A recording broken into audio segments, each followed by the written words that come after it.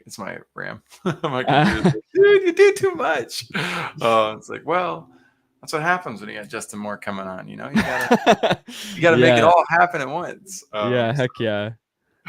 Awesome. So we're going to be talking about maximizing your gifts with songwriting legend Justin Moore today. This is going to be awesome. You are an absolute legend of songwriting. I've seen your Instagram, been super impressed with your leadership in the podcast world, and then I get hit with this massive vision where you're ready to become the most recognized songwriter of our century. And I'm like, what? Like that Right? too? Cool. So, Yeah. uh, yeah, I mean, there's a lot of stuff that I've learned about you that have inspired that. I'm sure your opera singing parents who went to Juilliard had a big impression on that. Um, and the fact that you were number one on Fiverr for voiceovers, as Yeah. well. Yeah. Yeah, So, for singing other people's songs, which was a oh weird my experience half the time.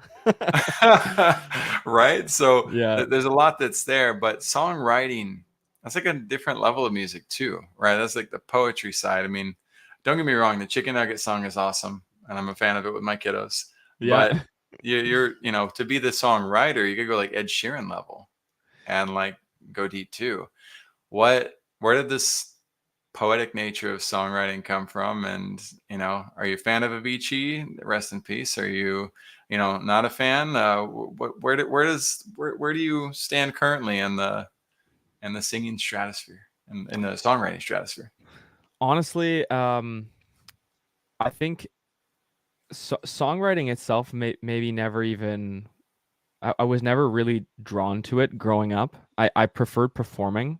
I Mm, preferred like being on stage, playing an instrument and singing and having my bandmates back me up with backup vocals and stuff. Like that was kind of the most exciting part of music for me.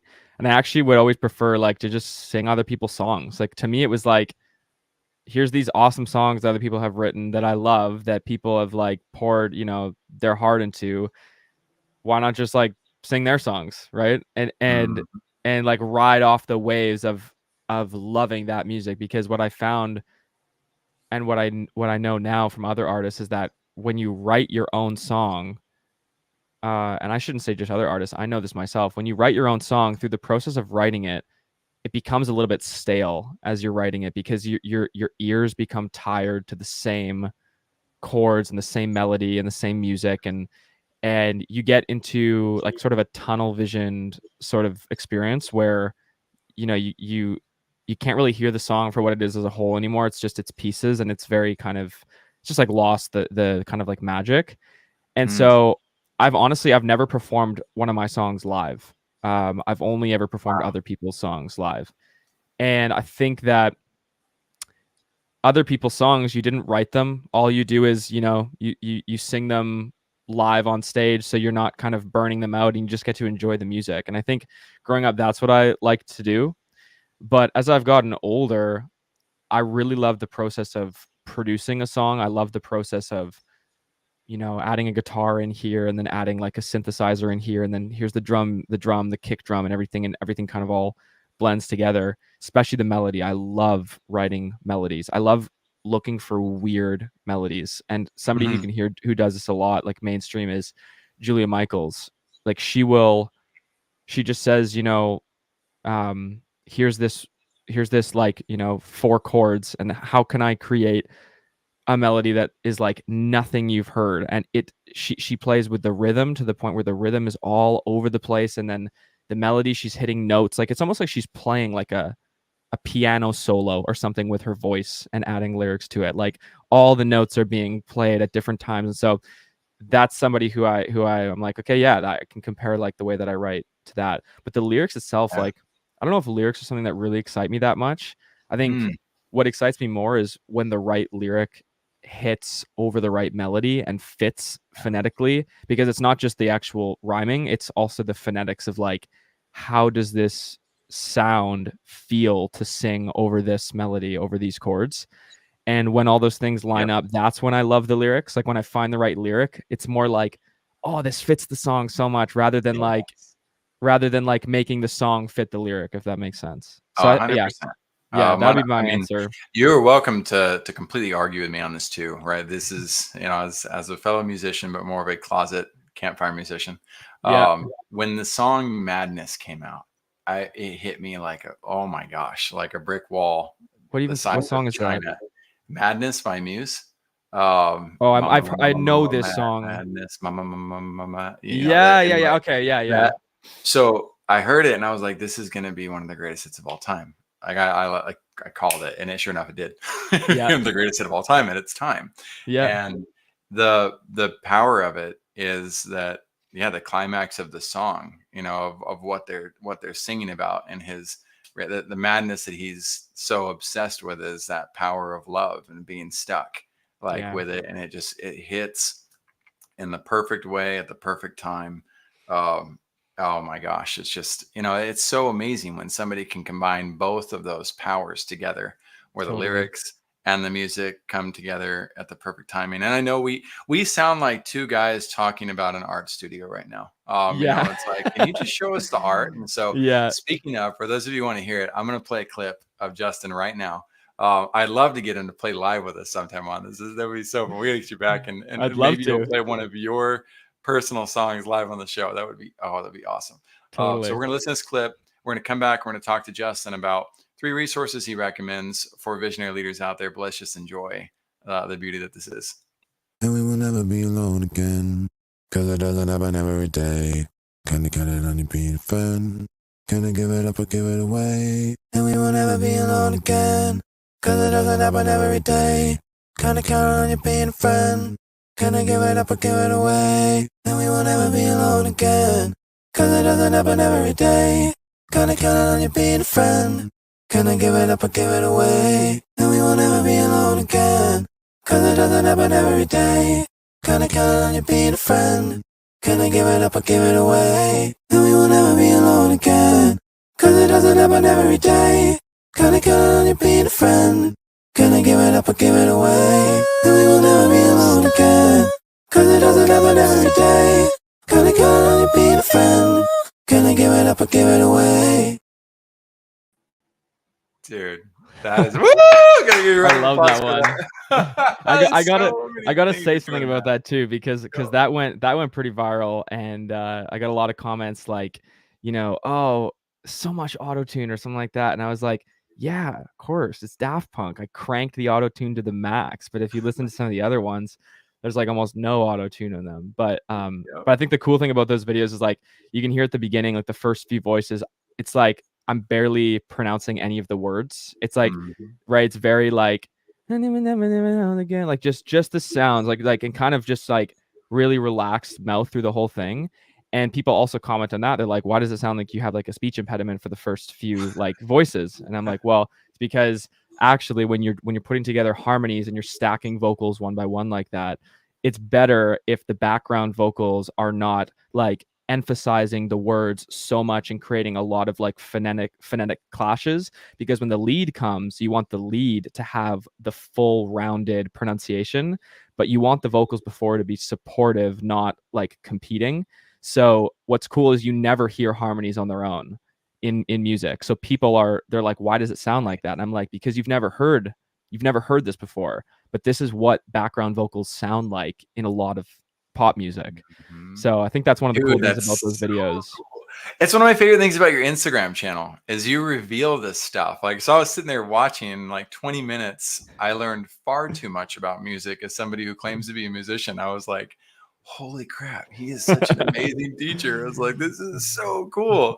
And the I things that you appreciate that. taught about singing as well. I mean, I learned to sing just by kind of doing it in Uruguay, and as a missionary. And I had a couple of companions down there and friends who were all state singers. And so just kind of like studying what they were doing and always feeling very intimidated that I had to sing with them was like, but I realized like I actually sound pretty good with these guys. And but I didn't know all the mechanics. So watching your channel, like I was like, oh my gosh, he's like a god of music. This is so cool. He knows all these little tips and tricks. So if you're Yeah, in the thank music you. realm, you're gonna love that as a resource. But 3 resources, Justin, as a leader or visionary, what are 3 resources that have helped you? The biggest out of everything that I think I've consumed in terms of self-development, because I guess that's kind of what we're talking about here, is just developing like yourself, whether it's your mind or your body or whatever. When I started this was probably when I was about 17, so 7 years ago. The first thing that really shifted my perspective monumentally was Jordan Peterson's books and his podcast. I will say Mhm. that we're probably 2,000 hours of podcasts and books, multiple listens through his longest things. It changed my perspective about so many things, and it really, I went from being like a kid and a teenager to being like, okay, like this is now what I have to do. Like I gotta take some responsibility and start making things happen. And so I've always been very creative and very passionate, but combining that with the sort of discipline to actually make things happen and put in the work and be patient, that came from listening to his stuff. It also gave me a real respect and understanding for religion because of his lengthy series on like his biblical lectures, which has played a huge role in now my relationship with religion as well. And so that would be number one. And then sort of on the more like business slash entrepreneur side of things, 2 books that have made a big impact on me have been, number one, funny enough, Shoe Dog by Phil Knight. So the Nike story. Uh-huh. That was that was game changing. Just the relationship that he had with risk and how it almost crumbled, 50 times, and the way, I think the biggest thing that impacted me on that one was like the way that his team came to his side, and like how the business quickly became more than just him, and like it had its own, and he was good friends with all of his people, and they were all excited and aligned towards the same vision, which I think was really cool. um and then the third resource would be another book, one that I'm almost done now, which is Elon Musk's book. There's 2 versions. There's one by Ashley something, I forget her last name, but the one that I'm reading is the Walter Isaacson version. And that book too, like I think the biggest thing that stood out for me on that one is that he looks at everything and questions every step of the process, no matter what it is. So when he says, okay, why are we spending $1 million on this piece of equipment for this rocket? And he says, well, it's a safety measure put in place by this people. And he says, who is the actual person? And then he gets the name of the person. Then he flies to them and meets them one on one. And then he ends up, realizing that it was just a bureaucratic kind of roadblock. And he does this over and over and over again. And it just kind of made me realize that, keeping an open mind beyond even what you think might be open, and realizing that your vision and your drive can make things happen that people have made you think is impossible, or that even if there's roadblocks, yeah. So that book just kind of took what I think is already like a relatively open mind, and it just expanded even farther. And for me, like, I'm always questioning, oh, can I really do music and business at once? Like, is it really possible? And then I look at what he did, and I'm like, yeah, if he can do that, it's probably possible to do 2 things at once. Right. Right. I think Dr. Dre is doing a pretty good job of that. Yeah. Um, Oh, absolutely. There's lots of guys like that. Totally. Yeah. yeah. I love that you referenced the book, and yet the book referenced returning to the actual resource, right? The fountain that Yeah. it is. So you didn't just stick with the book, but now you can go find Elon as well, Yeah. right? And pick his brain. And you talked, Jordan Peterson as well. It would be easy to point to a book or one specific thing, but you're talking about learning from the source itself. Funny that you mentioned him. Yesterday, I tried to do my first Jordan Peterson impersonation ever. As Oh. I was training somebody. Oh, it's awful. I have no capacity to emulate that man.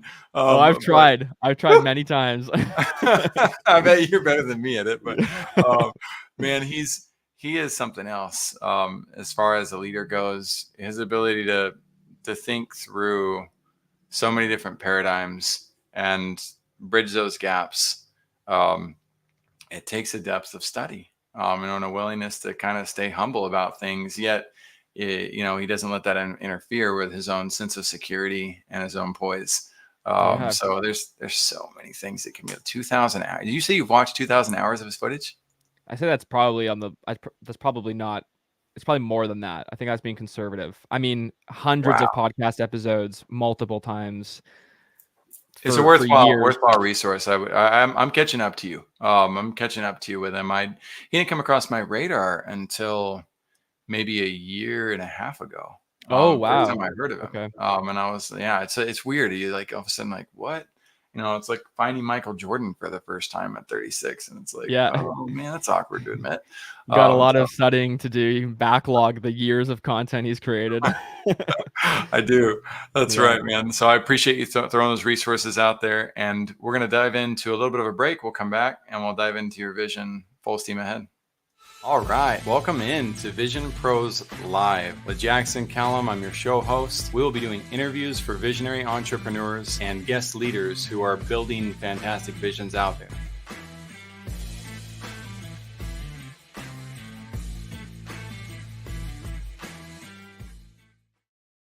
Hey, what's up, everybody? Welcome into another episode of Vision Pros Live. I'm your show host, Jackson Callum, and I'm so excited to have the Justin Moore on my podcast today.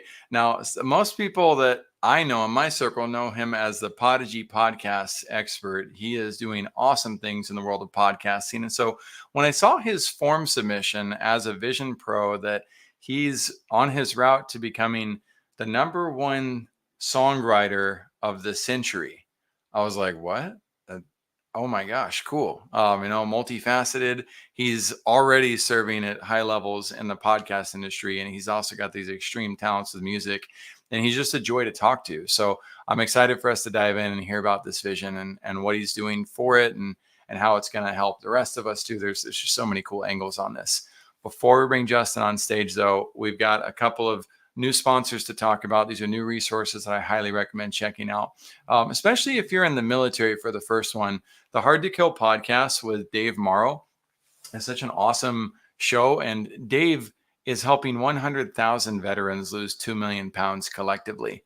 And I love the premise as to why he's doing that. A lot of people get back from war. I can't speak from personal experience, but I've definitely seen some friends, and I've watched some movies about it.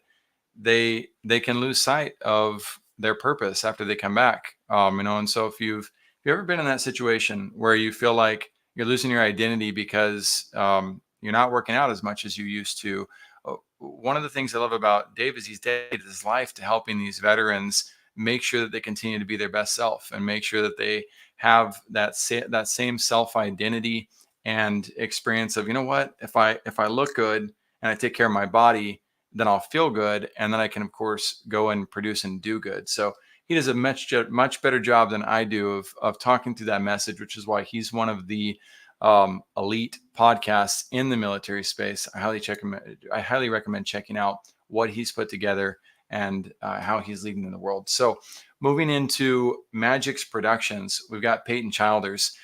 Peyton Childers helped us with our event at First Class Networking in Dallas. He ran the live production and live streaming of our event, and he had 3 different cameras set up. He was able to pull in these different camera angles for the event, allow people to join us virtually and see what that was like, and also just produce a whole ton of content that we can then use for B-roll purposes and for producing content based on the sponsors who were there.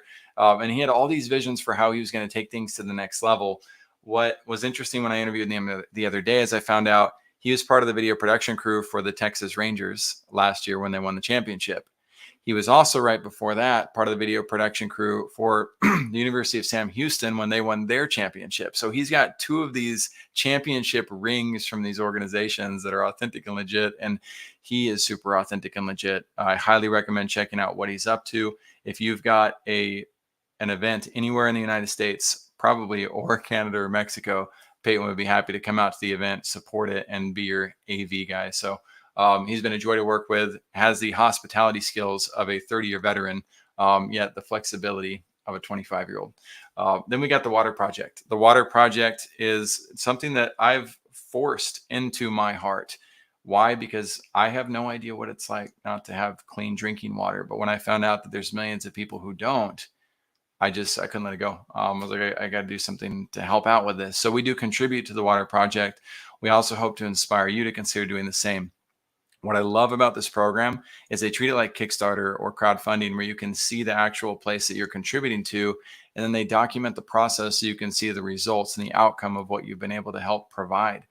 Whether it's a borehole well or a sand dam that they're creating in these environments, in these communities, we're talking about helping generations of individuals have access to clean drinking water. This keeps kids in school in a different way. When these kids aren't leaving because of drugs or something crazy. They have to leave their schooling in order to go find water 3 to 5 miles sometimes away from the school, and then bring it back for everybody to benefit from. Or parents have to leave their work to do that. You can imagine how crippling that is for their education and for their economies. We have the opportunity to do something about it. Now, if economics has been hard for you over the last couple of years, you're not in a position to give, my request is that you just tell other people about this experience. And maybe, you never know, if you end up touching the heart of somebody who ends up giving $10,000 and helping a lot of these communities. But we got 8 billion people in this world to help, and we can go about doing that together. Without further ado, Justin Moore, thank you so much for being on Vision Pros Live. Thank you, Jackson. Thanks for having me. Yeah, absolutely. So I'm going to ask a strange question. I think people don't give enough credit to the power of music. What is your vision for those that you serve? And is music, do you feel like music is an outlet of service in and of itself? Let's talk about that. I've been definitely thinking about that a lot more recently, because I think that business is, as long as you're doing it in in like the right way, or I don't know, quote unquote the right way. I feel like your job is to serve people and to help people in some way, and to create like change and to have some type of impact on people's lives. And I think with music, as far as like the pop industry goes, or the dance industry goes, or any of the real like mainstream industries go, I think there is a lack of, like, I just don't think that people see it that way. I don't think that people see creating music as a way to serve people. I think that they see it as a way to serve themselves. And that's music may, the song you write may help somebody, great, but the music that's being created now, that's just not, that's not really what it's doing, at least for the majority of songs. It's like the lyrics don't really mean stuff like they used to. Like, I look back at songs that did help people, like old, rock music, and I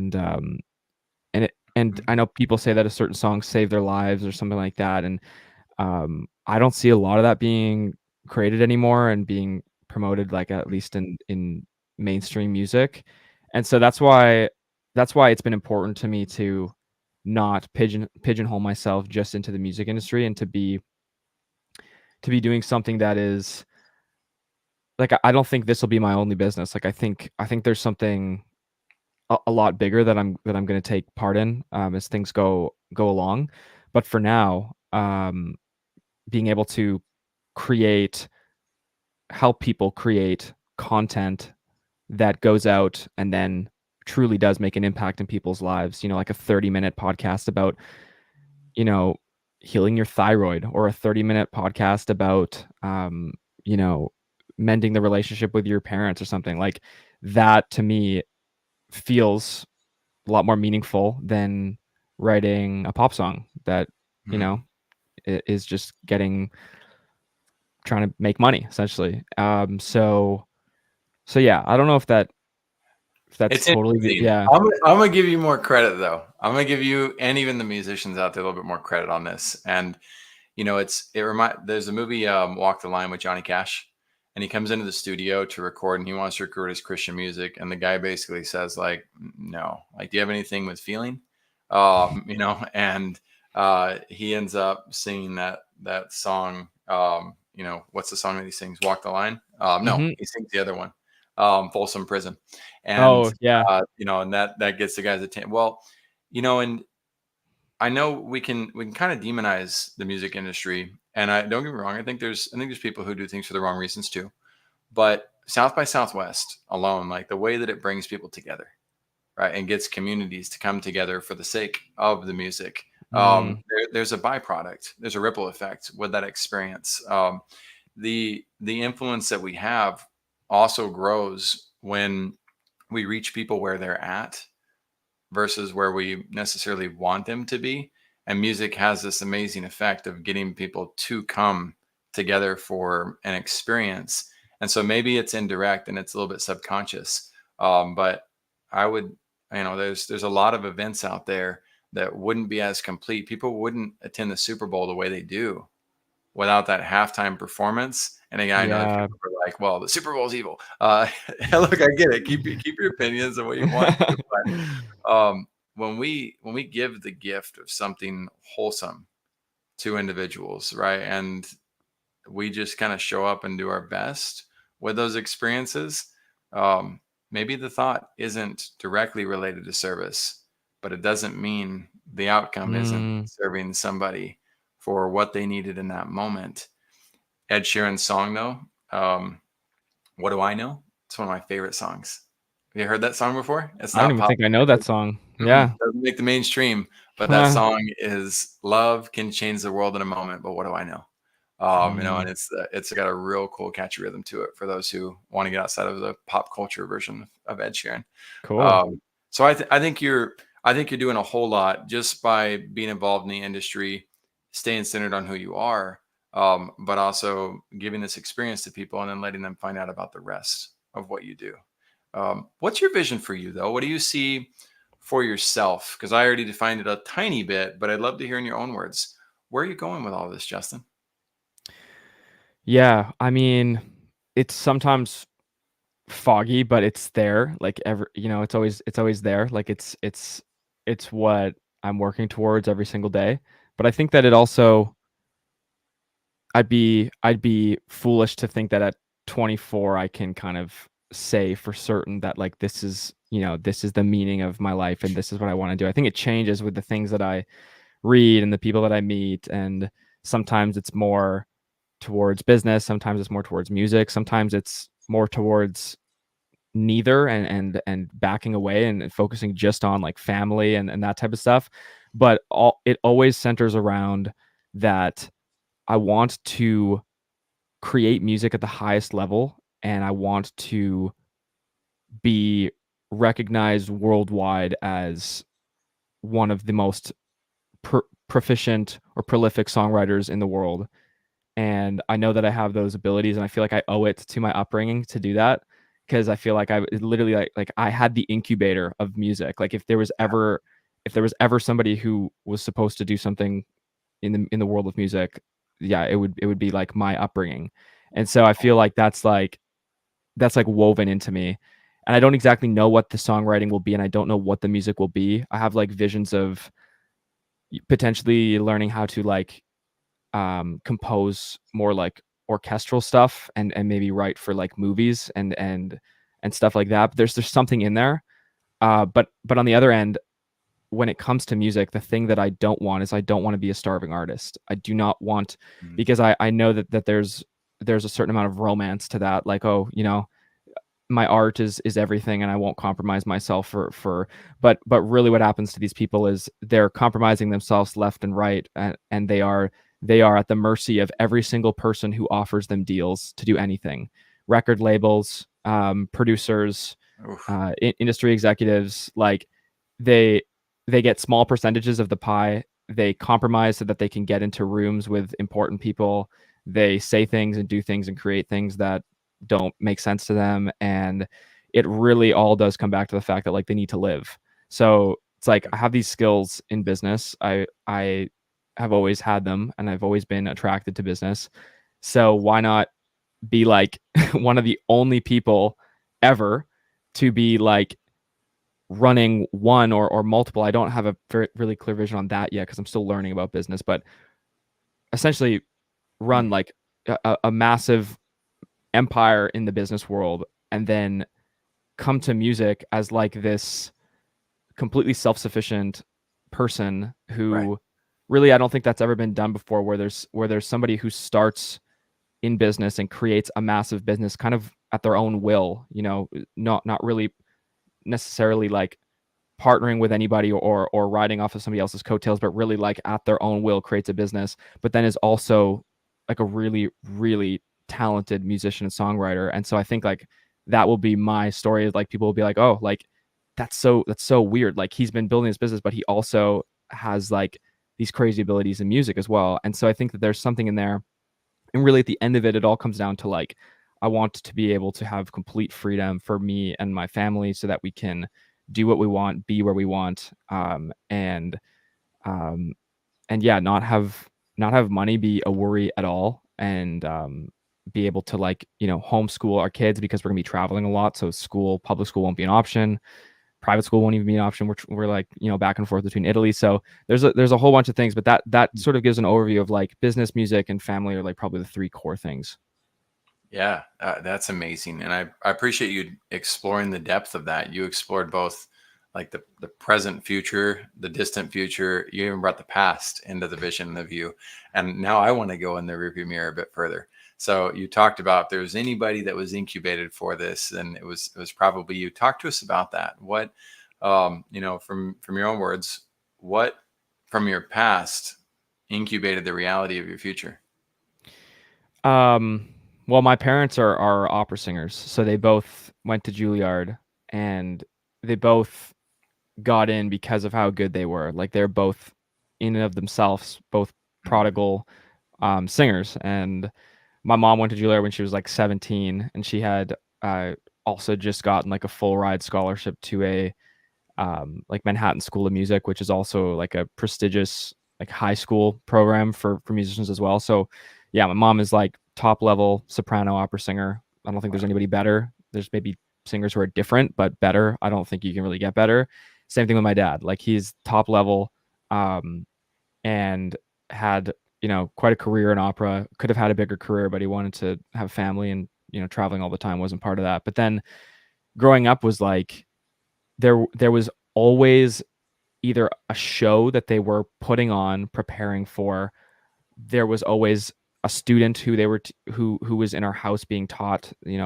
Usually there's a circulation of about 50 to 100 people that would come for private lessons or group lessons. My dad would put on these master classes, and there was just always like weekly, like literally every week, sometimes daily preparation for shows, practicing for shows, remembering like memorizing lyrics, teaching somebody music. So there was, yeah, it was like an incubator of not just music, but I was also watching my parents be like, they were leaders because there were hundreds of people in their shows and they were the top dogs. Like they were the people running it just from sheer talent. And they both have good. My dad is a very natural leader. Like people flock to him. They always have, but he doesn't try. And my mom is a kind of a like leader through being really good at organization and really like good at people skills. So kind of opposite. Whereas my dad doesn't necessarily even want to be a leader, but people always flocked to him. And they were running a business, a music business, and putting on shows and marketing their shows and selling tickets and things. But they were also always studying music and always teaching people and singing in the house. And yeah, and so I mean, like just constantly, I think what I was doing was just watching, just being a kid, really. I wasn't like, it's not like I was 5 years old, like sitting in front of a piano playing like classical tunes like 7 hours, 8 hours a day, or like, having my parents be like, no, sing that part again. Like never, not even That's what we once, imagined. right? Yeah, never. I Like think a that lot didn't of even people happen. imagine that. Yeah, that didn't even happen for like, it didn't even happen for 5 minutes ever. It just didn't exist. It was That's like, amazing. I think my parents, I did do lessons with them as a kid, but not really. I've just always been really like I learned through watching and through like doing things.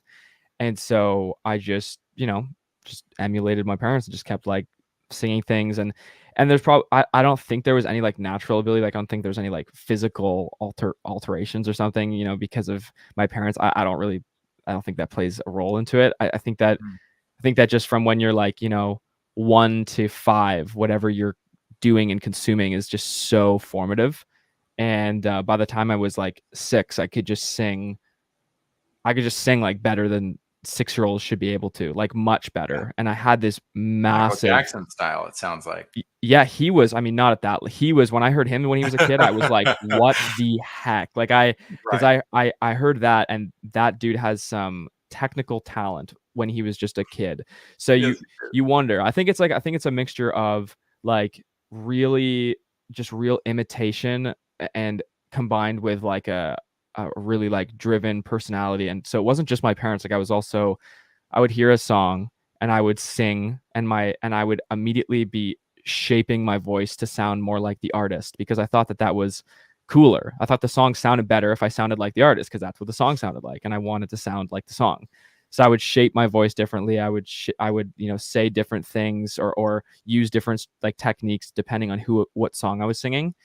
And I think, and then I'd be in the car with my dad, and I'd be singing a song when I was like 6 or 7, but I would be singing the harmony part, so not the lead vocal, but I'd be singing like the part above the lead Wow. vocal. And he would be like, he would ask me like, how can you hear to do that? And I was like, it's just like it's there, like it exists in my like Whoa. in. And he's like, oh, I've never been able to do that before. And so yeah, and same thing with my mom. Like they both struggle with certain things like that, but it's really been like bred into my. Yeah, I don't know, I just can feel it. I also can visualize everything when I'm doing it. Like when I'm singing, like I can see Mm, the notes, like I can see the pitch, I can see where I'm bending the notes to, I can see my own like mouth and my jaw and see where it's positioned and like modify it as I'm singing. So there's a lot of visualization, a lot of imitation, and just a lot of. I mean, I've probably sang for, I don't even know how long. It's since I was 6. It's like it's daily. So it's like we're right. coming 10, 20,000 hours. I have no idea. More. Who knows? It's been constant every day, Oh, harmonizing, you're way more singing. than 10 and 20,000 hours That's a what I day. think, right? Yeah. It's Yeah, got to be more. absolutely. That's so cool that you can see that. And it takes an incredible amount of, for me, it took a ton of self-confidence, being able to overcome the doubt of like, man, if I miss this note, I'm going to sound like an idiot. Yeah, And people are going to think that of me and that I'm a bad singer. And like, there's just snowball effect of imposter syndrome that can tear you totally. down. So it's so amazing that you were able to find that so early. Uh, as far as maximizing gifts for others, you hit on several points. You talked about one, I mean, your tenacity, your ability to just kind of dive in, and your desire as a human being to want more. Those are some. There are certain things that you inherit. There's certain things that you decide to do. Yeah. Are there other means by which you've been able to maximize your gifts? If so, what Mm. are they? What have you done to be able to do that? I remember once where you told me before, but I'm gonna let you lead on this one. Yeah. I'm curious about what that story was. You also mentioned after, but Yep. I think what I have done is, until I was about 16 or 17, I think I just let things go naturally. I didn't really push, I didn't really drive. I didn't sort of intentionally choose any direction to go in. I just sort of, and that doesn't mean I didn't do anything. I did lots of stuff. I was always performing. I had a band that I managed. We did like hundreds of Mm, shows. I'd written some songs and stuff, but it was always just letting myself sort of go to what I wanted to do. And that had its downsides as well, because there were certain things, like, let's say, mm, video games, which I think for a lot of sort of like highly driven people, I think that kind of hijacks the brain, the part of the brain that loves to improve and to like mm. really drive things. But I think the Yep. biggest thing that shaped me was when I turned like 17, and I realized, okay, like, you know, now I need to combine this this intuition and this creativity that's been leading me, and I now need to combine it with a level of, right brain, or maybe it's left brain. I don't remember which side is the more Me analytical either. side. I think it's actually left, but whatever. Let's just say One I of needed them. to combine. Yeah, I needed to combine it with a bit more of like a conservative approach of being like, okay, like, you know, now it's time to just to start studying things and dialing in and really like figuring out, how am I going to get ahead of this curve? Like I've always wanted to do things earlier than other people. I've always wanted to be the first Mhm. in. I've always wanted to, be I guess just like be remarkable. Like I've always wanted to, and that's why everything that I do, I really do it very like I really put effort into every single piece of whatever I do. And so I think, yeah, the biggest shift was just deciding that I needed to kind of step up and like, take some responsibility and really like have some discipline.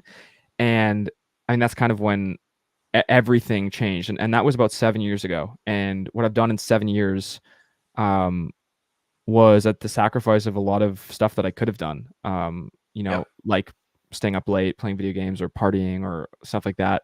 exactly. Um, I and so I think, yeah, I think if that makes sense, it's like I could have imagined a life where I never dialed that, and I could have imagined a future in which that never happened, and it wouldn't have looked that Mhm. good, to be honest.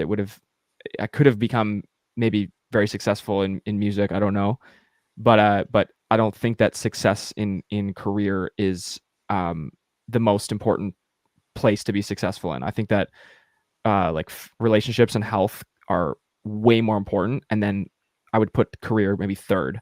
And I don't think Mhm. I would have dialed in the other things if I hadn't, uh, you know, applied that discipline and that like kick myself in the butt. It's like I'm my own manager. I'm like there's the creative little like dude inside me who like wants to do whatever he wants, and then I'm like also my own manager, if that makes sense. Yeah. Oh, it's huge, man. That's such a blessing, and part of it is probably your natural tendency to harmonize, right? You're harmonizing the aspects of your life, This is great. you know, and then there's balance, right? That people look at and talk about. And there's different ways to feel and think through what balance looks like. Just because you're balancing doesn't mean that the scales are equal, right? The process of balance can have its ebbs and flows, and I see you diving into that. That's what struck me in our first interview was you talked about being on Fiverr and becoming, the number one voiceover on Fiverr, but how you listen to your body and your mind tell you that, whoa, like I'm kind of hurting myself in this process and I need to shift. You maximize your gifts by having a reverence for your intuition. And I think a lot of us bury our intuition with the facts of life. We get told like, oh, you're either left brain or right brain. And then we're like, okay, I guess I'm right brain only. Yeah, And then instead of following our internal compass and realizing like, no, no, like you have access to both, like just use it. Nope. I've been told, this is what I am.